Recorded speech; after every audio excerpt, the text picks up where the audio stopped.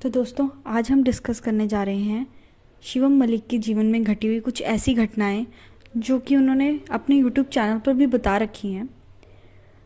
तो ये कुछ ऐसी घटनाएं हैं जिनसे हमें ये पता चलता है कि भूत हमेशा आपकी ज़िंदगी में प्रॉपर बंद कर ही नहीं आते। वो कभी कभी आते जाते आपको छेड़ कर चले जाते हैं और आपको थोड़े समय के लिए डराना भी उनका मोटिव हो सकता है। ये ज़रूरी नहीं कि वो आपकी लाइफ में आपके साथ बंद कर हमेशा रहना चाहें या आपकी जान लेना चाहें।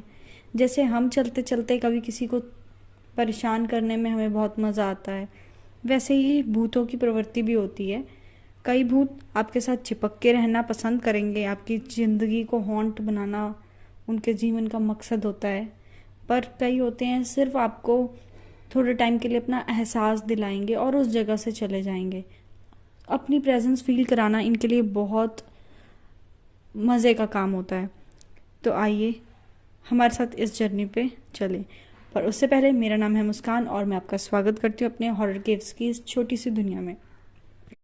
तो शिवम मलिक बताते हैं कि ये वो टाइम था जब उन्हें अपने कॉलेज की इंटर्नशिप के लिए थाईलैंड जाना था और उससे 1 महीना पहले वो उनके घर में कुछ काम चल रहा था, तो कुछ तोड़ फोड़ हो रही थी, कुछ सामान इधर उधर पड़ा हुआ था।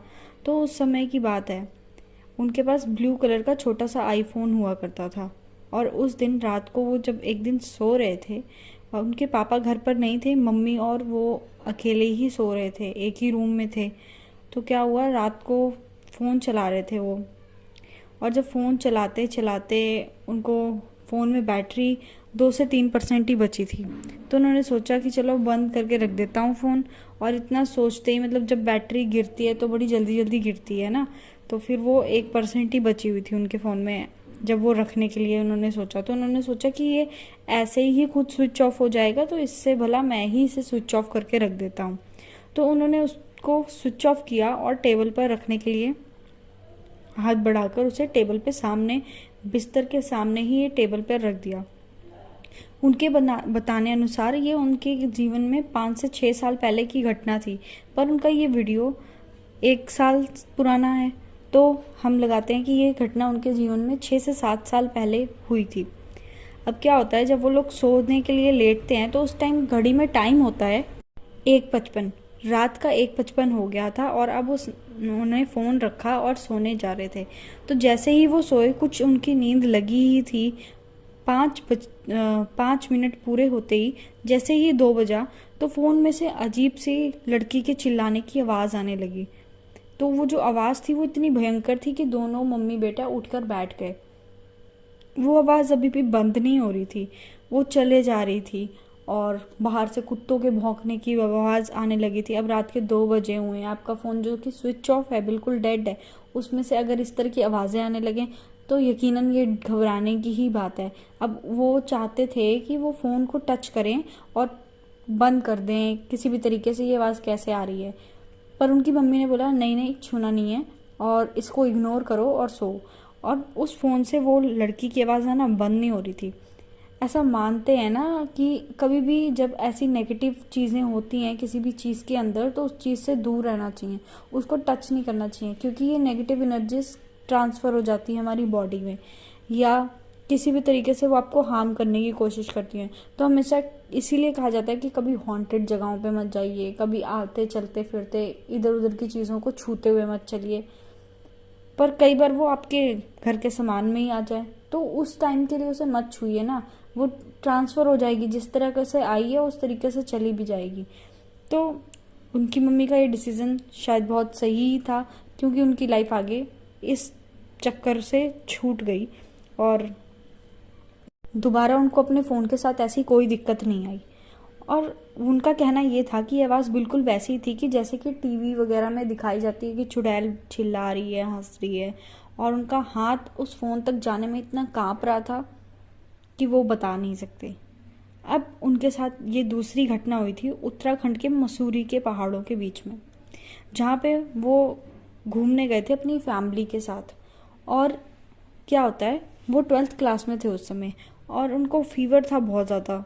तो कहते हैं कि गाड़ी जो खड़ी थी उसके बगल में ढेर सारे पहाड़ थे बिल्कुल सटे हुए, और इधर बगल से जगह बनी हुई थी जहाँ से मतलब मिरर से वो अपने बैक का एरिया देख सकते थे। तो क्या होता है, अब इनको फीवर होता है बहुत ज़्यादा, तो क्या होता है कि फैमिली वाले बोलते हैं कि चलो हम जाकर ना सामान ले आते हैं खाने पीने का, और तुम्हारे लिए भी हम नूडल्स ले आएंगे, तो तुम भी खा लेना। तो वो कहते हैं ठीक है, और वो उसी गाड़ी में बैठे रहते हैं। अब लड़के हैं, लड़के अकेले चुपचाप तो बैठते नहीं है, उनको ये होता है कि हम कुछ म्यूज़िक सुन लें। तो अब उन्होंने क्या किया, अपने गाड़ी में म्यूज़िक चला लिया। अब जब म्यूज़िक चलाया तो वो बहुत लाउड चला लिया, क्योंकि अगर पेरेंट्स होते हैं तो अब इतना लाउड म्यूज़िक नहीं सुना जाता, मतलब क्योंकि आपको बुखार है तो आपको आराम से शांति चाहिए, पर नहीं, बच्चों की आदत होती है। तो उन्होंने फ़ोन अपना गाड़ी में गाने चलाए बहुत ज़ोर ज़ोर से। अब क्या हुआ, जब वो ऐसे बैठे हुए इंतज़ार कर रहे थे तो उन्होंने देखा बगल में कि जैसे हमारे साइड मिरर से हमें जो भी दिखता है कि पीछे से कोई कुछ आ रहा है, तो उन्होंने देखा कि उनके मम्मी पापा और मामा और सारे बच्चे आ रहे हैं वहाँ पीछे से, उन्हें आते हुए शीशे में साफ साफ दिख रहे हैं। सेम वही कपड़े कलर जो उन्होंने घर से पहने थे, और जो भी था सब सेम ही था। और उनके हाथ में कहते हैं कि एक लिफाफा था, जिससे उन्हें लग रहा था कि हाँ ये वही है, मेरी फैमिली वाले आ रहे हैं। अब मैं ना, तो उन्होंने गाड़ी का जो साउंड था वो अपना गाने का कम कर दिया, और शायद बंद ही कर दिया कि अब घर वाले बोलेंगे कि बुखार है, ऊपर से तू इतना तेज़ गाना सुन रहा है। तो उन्होंने गाना बंद कर दिया और देखने लगे शीशे में, आ रहे हैं आ रहे हैं आ रहे हैं, चलो आ रहे हैं। तो एक बार नज़र इधर उधर कर ली, जैसे आदमी कुछ और देखने लगता है। तो उतनी देर में ही जब दोबारा कैमरे उसमें अपने शीशे में देखा तो उन्हें कुछ नहीं दिखा, वहाँ पे कोई नहीं था। ऐसा करते ही फिर उन्होंने दोबारा से अपना जो हमारे फ्रंट में होता है अपना शीशा लगा होता है, तो उसमें चेक किया कि अरे इसमें तो नहीं दिख रहे। तो उन्हें फिर से सेम वही चीज़ें दिखी उतने ही डिस्टेंस से कि वो लोग आ रहे हैं।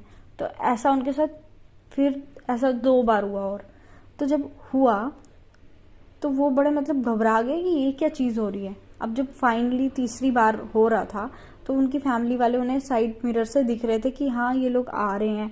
तो वो देखने लगे कि अब तो मैं आँख हटाऊंगा ही नहीं नज़र, अब देखता हूँ मेरी फैमिली वाले ही हैं ये। तो जब वो आए तो उन्होंने आके उनके बगल में खड़े होकर बोलते कि हाँ शिवम, तो ये बोलते हाँ पापा।